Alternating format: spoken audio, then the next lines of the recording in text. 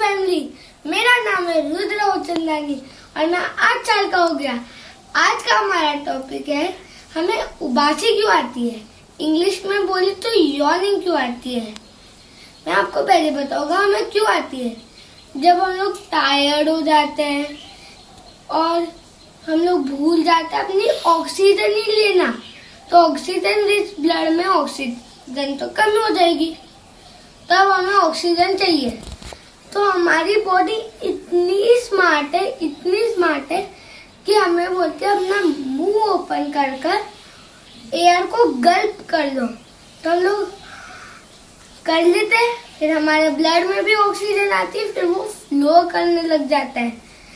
पर अगर जैसे आपको सीरियस टॉक में हो या फिर मीटिंग में और आपको ये आ रही है, तो आप इसको कैसे रोक सकते हो। तो जब बोलेगा ब्रेन माउथ ओपन, तब आप माउथ को टाइटली क्लोज कर कर नोज से लॉन्ग ब्रीथ लेना, डीप ब्रीथ लेना। कर दिखाऊं? ओके गाइस, मेरे को लगता है आपको समझ आ गया होगा। सो कमेंट में बताना अगर समझ आया होगा या नहीं समझ आया होगा, और लाइक सब्सक्राइब जरूर करना। बाय मेरी यूट्यूब फैमिली। 1 2 3